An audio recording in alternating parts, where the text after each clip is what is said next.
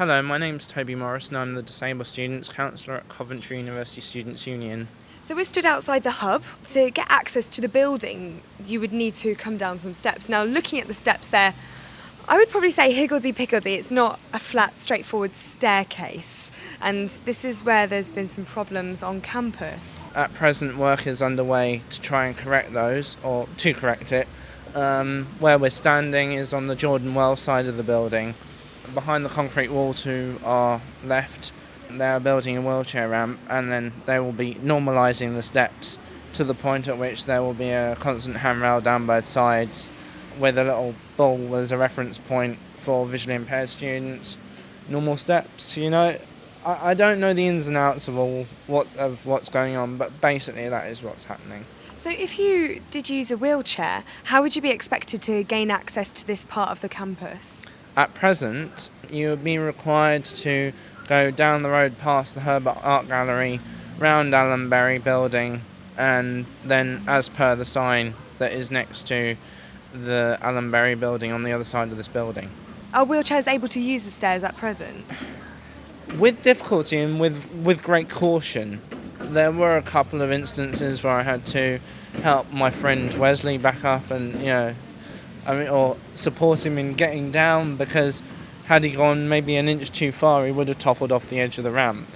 What's his reaction to that sort of thing? Well, he was the one who really made a fuss about this before I was in my post, and I felt it was only right for me to take it up as the Disabled Students Counsellor at the SU. So the building is really new. I mean, it only opened last summer. That's correct. Would you expect that maybe disabled access would have been provided or thought about before the access was built? You'd have thought, with the amount of money spent on a new build these days and the fact that it's the 21st century, and with all the building regulations and the Equality Act 2010, all those things, that it would have been considered to a greater depth. It saddens me really that we've had to get to this point where we're having to spend more money on disabled access. I would have loved it to have been okay at the start, but we're in the position we're in, and we've just got to see what goes. We've got to get to the end of the road with this and try and improve it. Over a 3-month period, you had over 300 complaints. I was amazed at the number of people who got in touch with me. I didn't think people would be that concerned, because it's a new build. We're not going to worry about it, but it is a big issue. I mean, it's not good that we're in this day and age and these sorts of mistakes are still being made.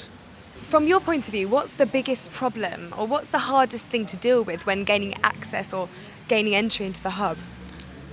The wheelchair ramp is too narrow. With the steps being at different levels, even if you don't have a visual impairment or if you have no disability at all, it's incredibly difficult to work out which way to go down them without twisting your ankle. Also, with the handrail being a broken handrail, in that there are two separate parts and it not being constant, those who may need that for some support getting up the steps will find it difficult and do find it difficult.